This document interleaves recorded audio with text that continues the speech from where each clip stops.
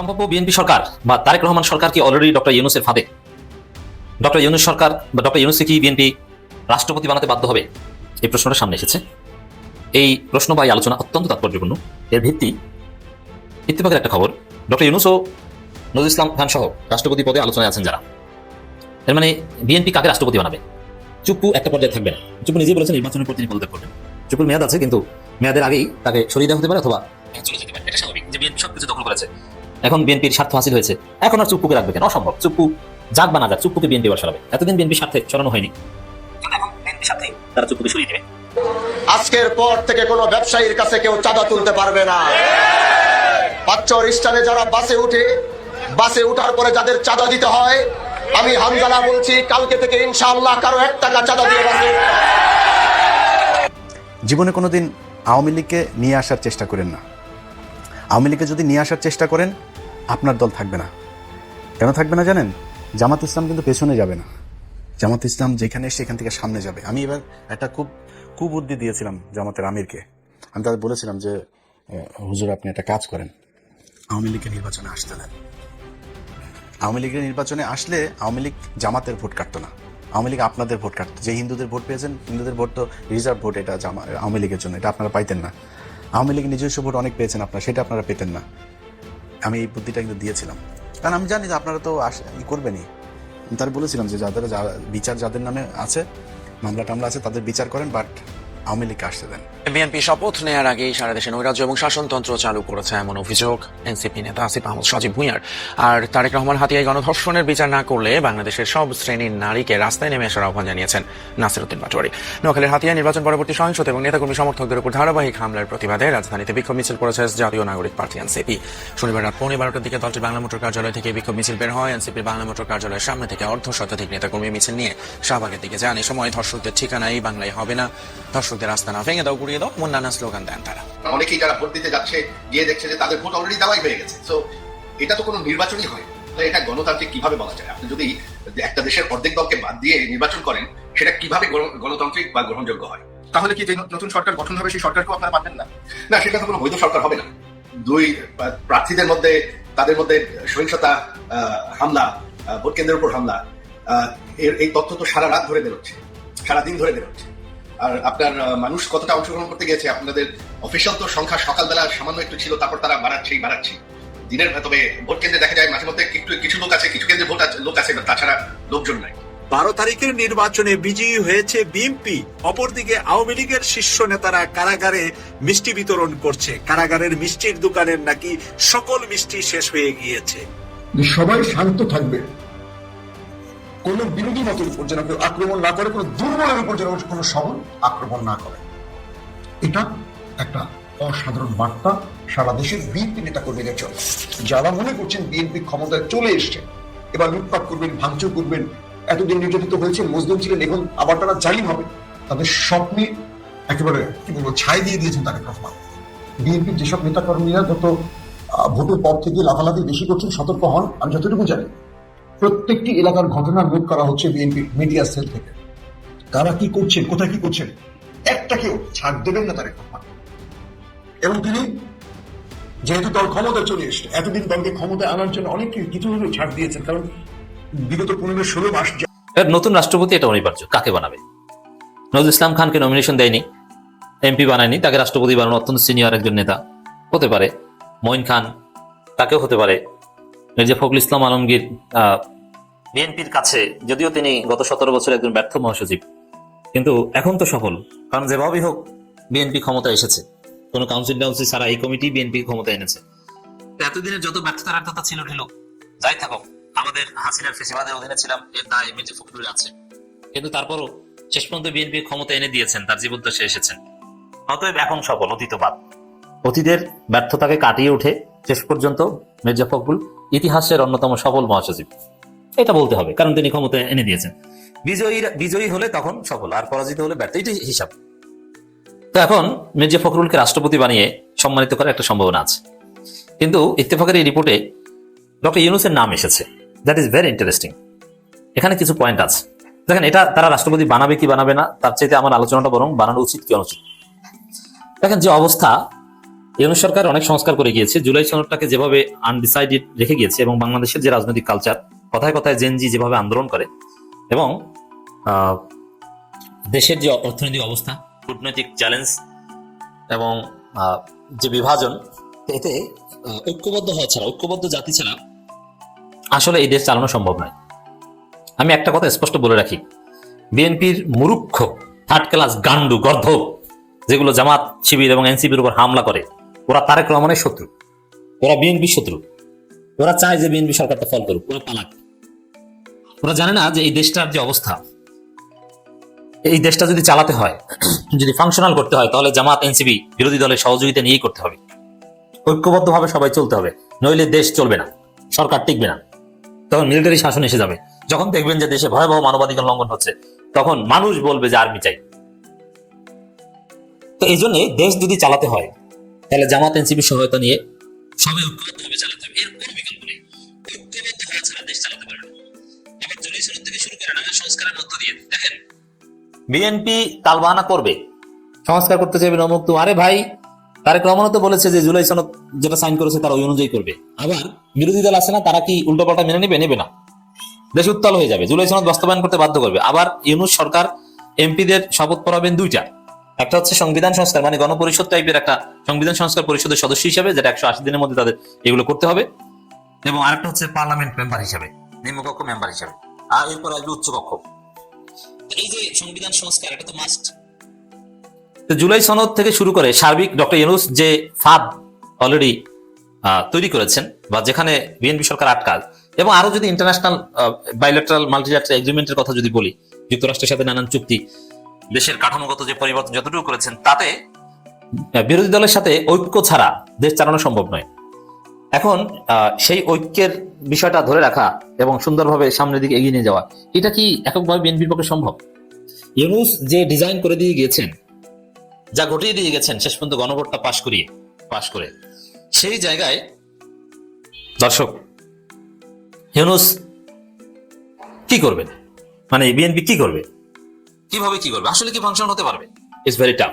তবে ইউনূসকে যদি রাষ্ট্রপতি পদে জামাত, বিএনপি, এনসিপি সবাই মিলে অনুরোধ করে রেখে দিতে পারে, ইউনূসের আগ্রহ নেই, কিন্তু যেহেতু তার সক্ষমতা আছে এবং তিনি সক্ষমতা দেখিয়েছেন, শেষ পর্যন্ত ব্যর্থতা থাকলেও ওভারঅল এই ব্যর্থতার মধ্যেও তিনি সফল, কিছু ব্যর্থতা বাদ দিলে।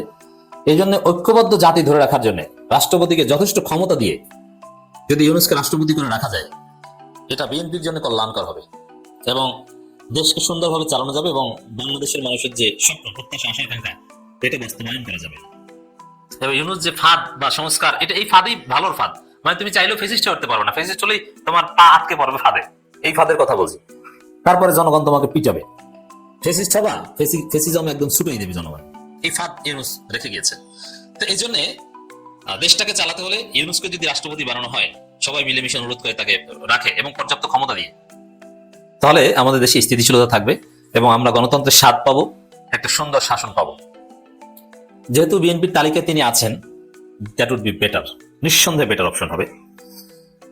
এবং ইউনূস হবেন ঐক্যের প্রতীক। ব্রিটেনে উন্নত দেশে যেরকম দেখেছেন, এবং ইউনূস থেকে আওয়ামী লীগ আসতে পারবে না, উন্নত দেশে যেরকম আপনারা দেখেছেন যে রাজা থাকে ঐক্যের প্রতীক, যাকে ঘিরে বিরোধী দল, সরকারি দল সবাই ঐক্যবদ্ধ, এবং তাদের মধ্যে আপনি যদি যুক্তরাজ্যে যান, গ্রেট ব্রিটেনে কোনো ভেদাভেদ হানাহানি নাই, কত সুন্দর একটা সভ্য রাষ্ট্র। তো এরকম ইউনূস হবেন তখন ঐক্যের প্রতীক। এটা একটা মহা সুযোগ, এটা করা উচিত। এমনকি আমার তো মনে হয় যে দেশ সুন্দরভাবে চালাতে হলে তাকে রাষ্ট্রপতি বানাতে বাধ্য হয়েছে, আর কোনো উপায় নেই। তাহলে তারেক রহমান ডিজাস্টার ঘটাতে পারেন, কারণ দেশের অবস্থা ভালো মনে হচ্ছে না, দেখি কি হয়। এবং যদি এটা করা হয়, তাহলে এই ইউনূস সরকারের লোকজনকে পালাতেও হবে না। আর যদি পুরনো বন্দোবস্তে চলে, তাহলে ইউনূস সরকারের সবাইকে পালাতে হবে, বিএনপি আবার ফেসিস্টে উঠবে, কিন্তু সেখানে যাওয়াও সম্ভব নয়, কারণ জামাত এনসিপি সক্রিয় আছে। প্রায় 2 যুগ পর নিরঙ্ক সংখ্যাগরিষ্ঠতা নিয়ে সরকার গঠন করতে যাচ্ছে বাংলাদেশ জাতীয়তাবাদী দল বিএনপি। দলের গুরুত্বপূর্ণ ও জ্যেষ্ঠ নেতাদের প্রায় সবাই নির্বাচন জয়ী হয়েছে। বিএনপি চেয়ারপারসন তারেক রহমান প্রধানমন্ত্রী হবেন, এই বিষয়ে দলের পক্ষ থেকে আগে স্পষ্ট ঘোষণা করা হয়েছে। এদিকে রাষ্ট্রপতি পদ নিয়ে আলোচনা শুরু হয়েছে, একই সঙ্গে নতুন মন্ত্রিসভার খসড়া চূড়ান্ত পর্যায়ে নিয়ে যাওয়ার প্রস্তুতি চলছে। দলীয় সূত্রে জানিয়েছে, অভিজ্ঞ রাজনৈতিক ও তরুণ নেতৃত্বের সমন্বয়ে নির্বাচিত ব্যক্তিদের অন্তর্ভুক্ত করে ভারসাম্যপূর্ণ মন্ত্রিসভা গঠনের পরিকল্পনা চলছে। দলটির 3 প্রবীণ নেতা ও অরাজনৈতিক একজন এই পদের জন্য আলোচনা রয়েছেন। দলীয় সূত্রে জানাতে বিএনপি স্থায়ী কমিটির সদস্য নজরুল ইসলাম খানের অন্তর্বর্তীকালীন সরকারের প্রধান ডক্টর মোহাম্মদ ইউনূস রাষ্ট্রপতি পদে সবচেয়ে বেশি আলোচনা রয়েছেন।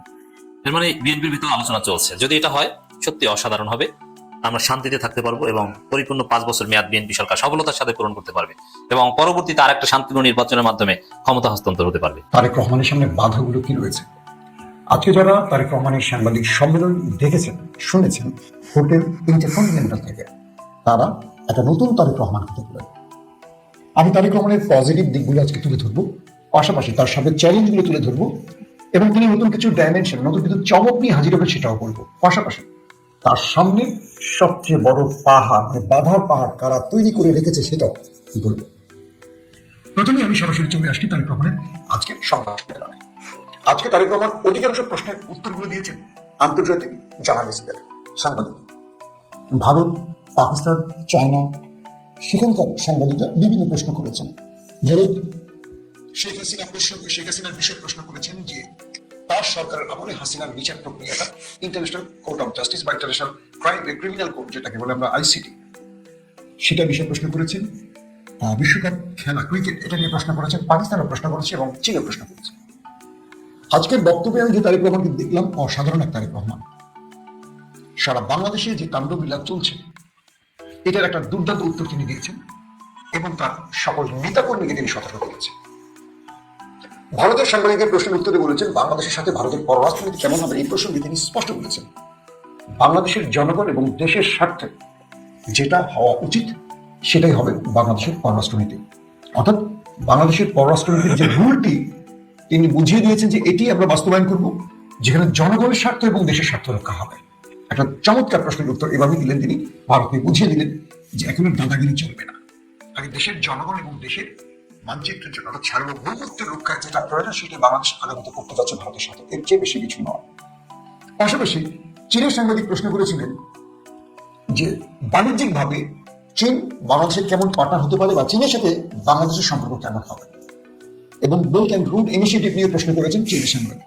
তারেক রহমান বলেছেন চীন আমাদের বাণিজ্যিক বন্ধু, তাদের সাথে যেহেতু একটা উন্নয়নশীল দেশ বাংলাদেশ এবং চীন আমাদের সবচেয়ে বড় বাণিজ্যিক পার্টনার হতে পারে। বাংলাদেশের স্বার্থ যেখানে আছে চীনের সাথে এবং চীন তাদের স্বার্থ বাংলাদেশ থেকে যেটা নেবে বাংলাদেশের স্বার্থকে রক্ষা করে, সেখানে বাংলাদেশ চীনের সাথে তাদের সম্পর্ক বজায় রাখতে চায় এবং বাংলাদেশের বাণিজ্যকে আরো উন্নত করতে চীনকে তারা পাশে চায়। এই প্রশ্নটা আমার কাছে দুর্দান্ত লেগেছে। সবচেয়ে মজার বিষয় হলো তিনি প্রতিটি বিষয় উত্তর দিচ্ছিলেন খুব সংক্ষিপ্ত শব্দে, খুব ডিটেল বা স্তুতি পছন্দ করছিলেন না। কেউ তাকে প্রশংসার বাণী শোনালে তিনি তাকে থামিয়ে দিয়ে অল্প বাক্যে উত্তর দিচ্ছিলেন এবং বক্তব্য দিয়েছেন খুব অল্প, দীর্ঘ বক্তব্য দিয়ে মানুষকে বিরক্ত করেন। এই জিনিসগুলো বাংলাদেশের রাজনীতিতে নতুন এসেছে। আমি আপনাদের বারবার একটা জিনিস বলেছি, বিএনপির ব্যাপারে আমি কোথাও কোথাও হতাশ হলেও তারেক রহমানের ব্যাপারে আমি হতাশ না। হয়তো অনেকেই কথাগুলো শুনে আমার প্রতি বিরক্ত হয়েছে, আমি জানি না আজকে থেকে না আগামী রোববার থেকে তার জার্নিটা শুরু হচ্ছে, বাট তাকে যেভাবে দেখেছি বা তার যে বক্তব্য শুনেছি আমি কিন্তু আশাবাদী। আসেন তার পরের বিষয়টিতে। তারেক রহমান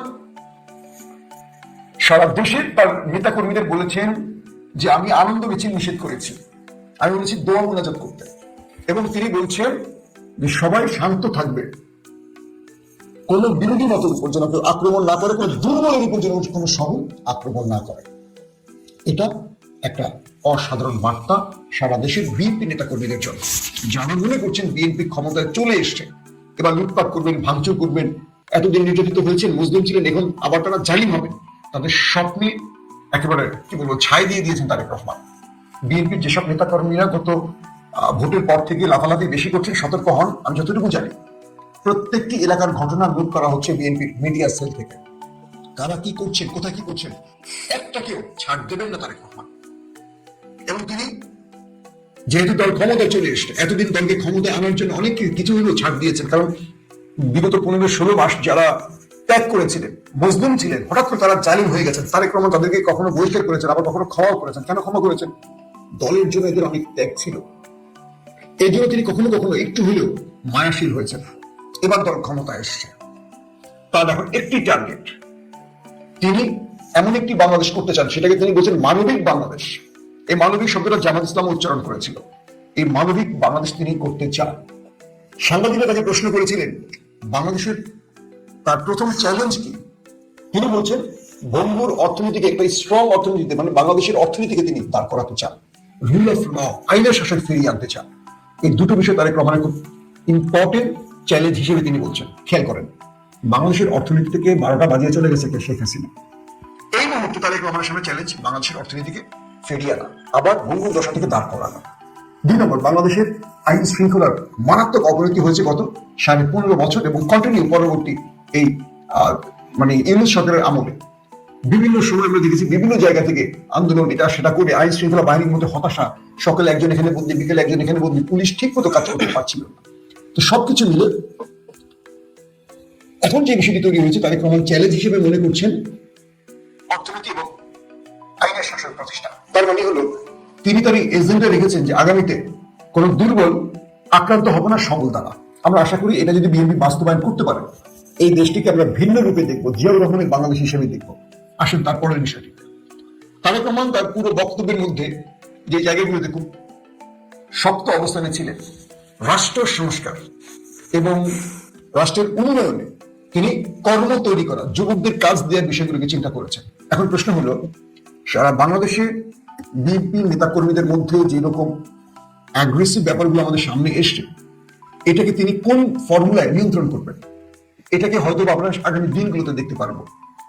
পাশাপাশি সবচেয়ে ইন্টারেস্টিং ব্যাপার কি জানেন, আজকে তারেক রহমানের একটি ঘোষণা পেয়েছি আমরা একটি বিশেষ পক্ষ থেকে, আগামী রোববার তারেক রহমান 2 জন ব্যক্তির বাসায় দেখা করতে যেতে পারেন। একজন জামাতের সম্মানিত আমির ডক্টর শফিকুর রহমানের বাসায়, আরেকজন হলেন জুলাই অভ্যুত্থানের প্রধান সমন্বয়ক আমাদের নাহিদ ইসলামের বাসায়। তারেক রহমান তাই খেলা শুরু করে দিয়েছেন, বুঝতে পারছেন? এই তারেক রহমানকে আমরা দেখতে চেয়েছিলাম। এতদিন সমালোচনা করেছি যে কাজের, আমার জায়গাটা কিন্তু সমালোচনা করা, আমি কখনো তাকে ভালোবাসি, তাকে ব্লাঙ্ক চেক দিয়ে ছেড়ে দিতে পছন্দ করি। খারাপটা সমালোচনা যে কেউ ত্যাগ করবে। তারেক রহমান ডক্টর শফিকের বাসায় যাচ্ছেন, হয়তো জামাত যদি এই কাজটি করতেন প্রথমে তারেক রহমানের বাসায় আসতেন। তারেক রহমান সেই সিদ্ধান্তটি নিয়েছেন, তিনি ডক্টর শফিক জামাতের আমিরের বাসায় যাবেন, তার সাথে দেখা করবেন এবং নাহিদ ইসলামের বাসায় যাবেন। এই যে বিরোধী মতকে নিয়ে একটি রাষ্ট্র গঠনের দিকে এগিয়ে যাওয়ার যাত্রাটা দুর্দান্তভাবে শুরু করছেন জনাব তারেক রহমান। সেলুট আপনাকে। আসেন তারেক রহমানের সামনে একটু বাধাগুলো আমি উল্লেখ করি, যেহেতু ভিডিওটা লম্বা করবো না। আমি এই পর্যায়ে সেকেন্ড পার্টটা নিয়ে আসি। তারেক রহমানের সামনে বাধাগুলো কি কি? বিএনপির একটা গ্রুপ অপেক্ষায় আছে, দল ক্ষমতায় আসবে, পূর্বের মতো টেন্ডারবাজি, চাঁদাবাজি আমরা করবো। তাদের চেহারায় মনে হচ্ছে এখনই থ্রেড আসছে বিভিন্ন জায়গা থেকে, তারা এটা করবে ওইটা করবে, দল ক্ষমতা আসে ওই করবো সেই করবো, বিভিন্ন জায়গায় থ্রেড দিচ্ছে। এই মেসেজগুলো আমাদের কাছে আসছে। তাদের জন্য মেসেজ হলো তারেক রহমান সেই তারেক রহমান নন যখন তিনি রাষ্ট্রের কোনো ক্ষমতায় ছিলেন। আজকে তিনি রাষ্ট্রের ক্ষমতায় প্রধান, চিফ এক্সিকিউটিভ, রাষ্ট্র তার হাতে।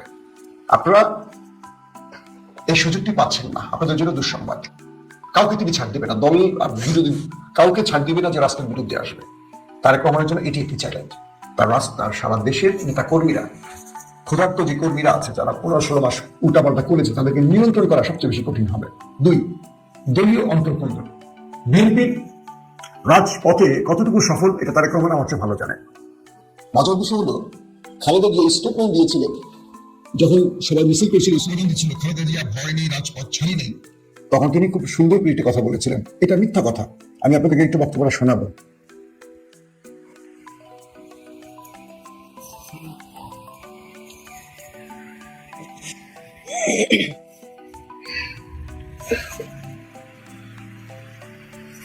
আপনার খালেদা জিয়া বক্তব্যটা একটু শোনান। রাজপথ ছাড়িনি বলে ভুল হবে।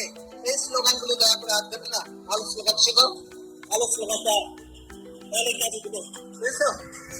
ইলেকশন কমিশনের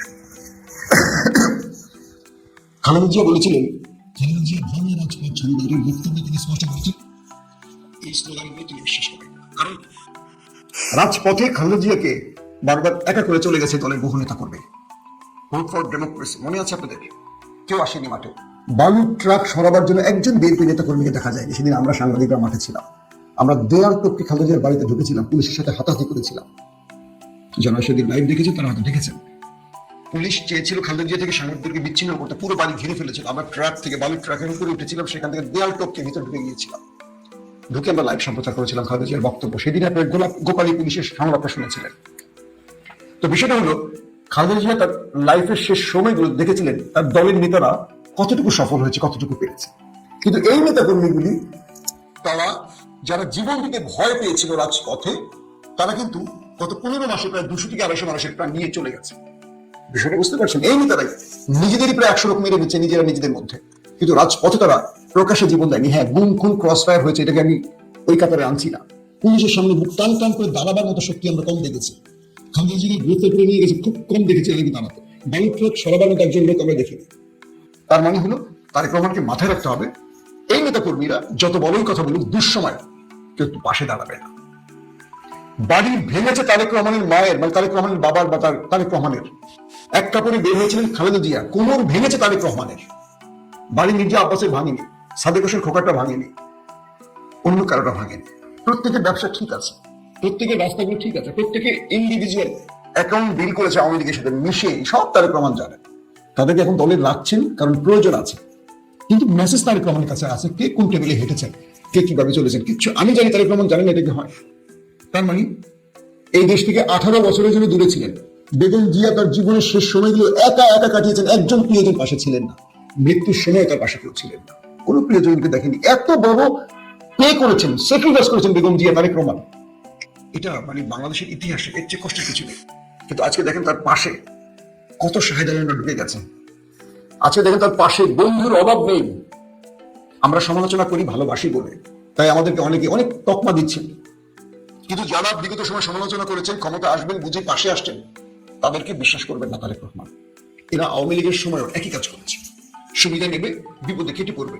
শেখ হাসিনা যখন বিপদে পড়ে আপনি দেখেছেন তিনি একা পালিয়ে গেছেন। এত বিশাল দানবীয় ব্যক্তিটি, যিনি ডিজিএফআই, পুলিশ, র্যাব, এনএসআই সব কিছু মেনটেন করছে, একটা বিপ্লবে ভেঙে করেছে তার ঘরের মতো তার স্বপ্নের প্রাসাদ, কিচ্ছু করতে পারেনি কেউ। এই জনতা জাগলে সেটাই হয়। তার মানে বিএনপির বিশাল একটা গ্রুপ আছে যারা রাজনীতি করে বিশেষ স্বার্থের জন্য। তারেক রহমান সেদিকে নজর রাখবেন প্লিজ, কারণ এই লোকগুলো যত অপরাধ করবে সমস্ত অপরাধের দায়ভার আপনার ঘরে আসবে। খাম্বা 20%, এই শব্দগুলি কি তারেক রহমানের সাথে যায়? আজ পর্যন্ত শেখ হাসিনার আদালত একটি প্রমাণ করতে পেরেছে তারেক রহমানের বিরুদ্ধে অপরাধ পারেনি, কিন্তু এই দায়গুলো তারেক রহমানের কাছে আসছে কেন? কারণ অন্যরা করেছে, সেই দায়গুলো তার ঘরে এসে চেপেছে। তার মানে এই লোকগুলো তারেক রহমানকে ভাঙে, কিন্তু তিনি এর বাইরের মানুষ, কিন্তু তাকে দায়গুলো নিতে হয়। তাই এইবার এই বিষয়গুলো খুব সতর্ক থাকতে হবে। 3, বেগম জিয়া এবং জিয়াউর রহমান দুজন যে রাজনীতিটা করেছিলেন, আজকের যে জামাত ইসলামকে আমরা দেখি, এই জামাত ইসলামকে বাঁচিয়ে রেখেছে কিন্তু জিয়াউর রহমান। কেউ মানুক আর না মানুক, জামাত যদি অকৃতজ্ঞ না হয় এটা মনে রাখবে। বেগম জিয়া শেষ দিন পর্যন্ত জামাতের হাত ছাড়েননি, জামাতও বেগম জিয়ার সাথে ছিলেন। তাদের 6 জন শীর্ষ নেতার ফাঁসি হওয়ার পরও বেগম জিয়ার হাত ছাড়েননি।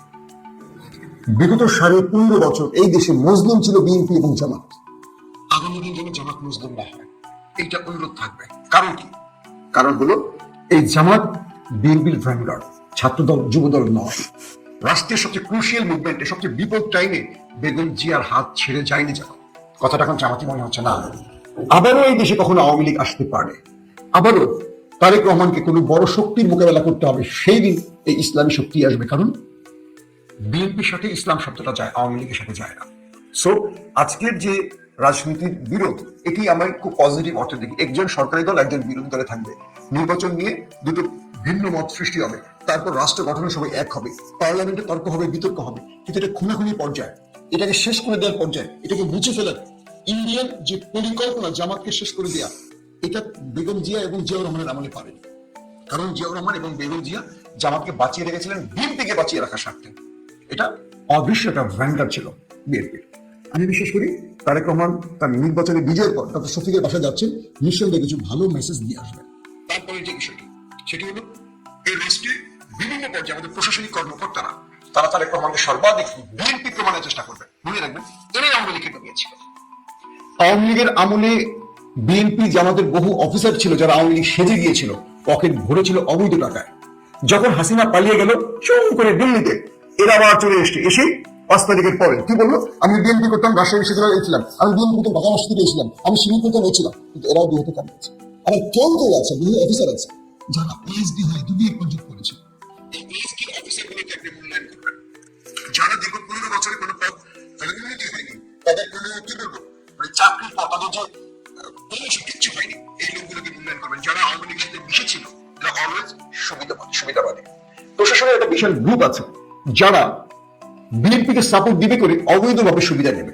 এরা মনে করছে আমি বিএনপি করতাম, বিএনপি ক্ষমতা আসছে, এবার অবৈধ পথে আমি কামাই করবো। জনাব তারেক রহমান, এই প্রত্যেকটি ব্যক্তি দিন শেষে তাদের সমস্ত অপরাধের দায় বিএনপি এবং আপনাকে নিতে হবে, জিয়া পরিবারকে নিতে হবে। এটাই সিস্টেম। হাসিনাকে যেমন সব দায় নিতে হচ্ছে, হাসিনা তো চুরি করেছে, তার পরিবার চুরি করেছে। জিয়া পরিবারের বিরুদ্ধে একটি টাকার অবৈধ অর্থ নেওয়া আত্মসাতের কোনো অভিযোগ নেই, না বেগম জিয়ার নামে নেই, না তারেক রহমানের নামে নেই, না জিয়াউর রহমানের নামে ছিল। কিন্তু দায় নেবে কেন? শেখ হাসিনা ওয়াইফ, তার ছেলে, সন্তান, মেয়ে, না সবারই এই রাষ্ট্র লুটার অভিজ্ঞতা বা কি বলবো প্রমাণিত সত্য, যেটা আদালত থেকে প্রমাণ হয়েছে। তারা এই রাষ্ট্রকে লুটপাট চালিয়েছে, হাজার হাজার কোটি টাকা নিয়ে গেছে জয়, তার মা, তার বোন, তার কাজিন, সবাই গোষ্ঠী শুনতে। কিন্তু জিয়া পরিবারের বিরুদ্ধে অভিযোগ হবে। কিন্তু আপনাদের মন্ত্রী, আপনাদের নেতারা লুটপাট করেছে, তাদের দায় সমস্ত তারেক রহমানের ঘাড়ে পড়েছে, বেগম জিয়ার দল বিএনপির উপর পড়েছে। এখান থেকে দলকে মুক্ত করতে হলে আমার মনে হয় ক্লিন ইমেজের ব্যক্তিদের মন্ত্রী বানাতে হবে, যোগ্য ব্যক্তিদের মন্ত্রী বানাতে হবে, এবং যারা সর্বোচ্চ স্তুতি গায়, দাবিদারি করে, তাদের থেকে দলকে দূরে রাখতে হবে। এই দাবিদার প্রশাসনিক কর্মকর্তারা সুযোগের অপেক্ষায় থাকে। এখন বিএনপি আসছে সুবিধা নেবে। বিএনপি ক্রুশিয়াল টাইমে পড়লে একজনও সহযোগিতা করবে না। একদম আমার বাস্তব অভিজ্ঞতার কথা বলি।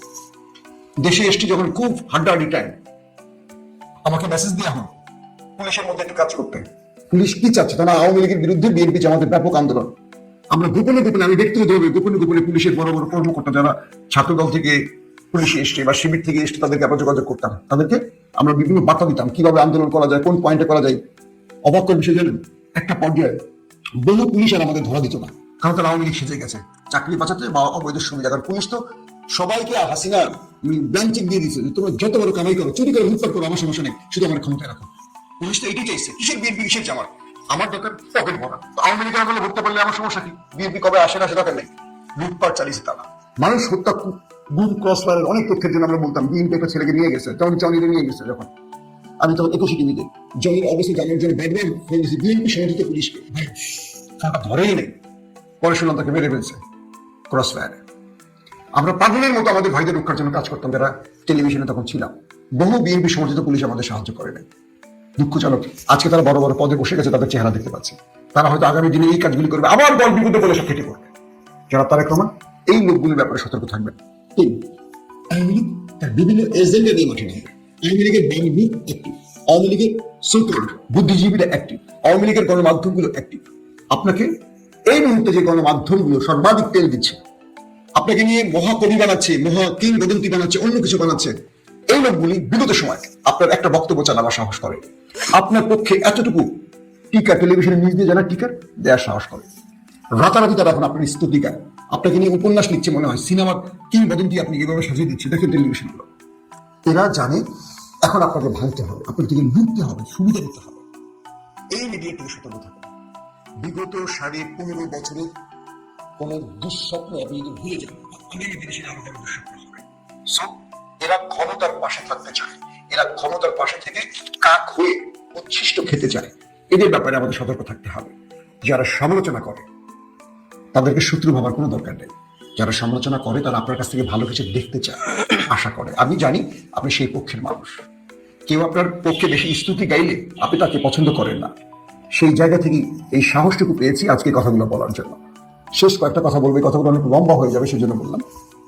আমরা বিশ্বাস করি আগামী দিন জনাব তারেক রহমান, আপনি এবং আগামীতে যারা বিরোধী চেয়ারে থাকবে জামাত সহ এনসিপি, আরেকটা নতুন বাংলাদেশ দেখাবেন আমাদের। প্রত্যেকটি ভালো কাজে আমরা এই দলগুলোকে দেখতে চাই বিরোধী, রাষ্ট্রের স্বার্থে যেন বিরোধী মত থাকে, ব্যক্তি স্বার্থে নয়, ব্যক্তির লাভের জন্য নয়, দলের স্বার্থে যেন না, দেশের কল্যাণে আমরা আপনাদের মধ্যে বিতর্ক দেখতে চাই, আবার ঐক্য দেখতে চাই। হাসিনা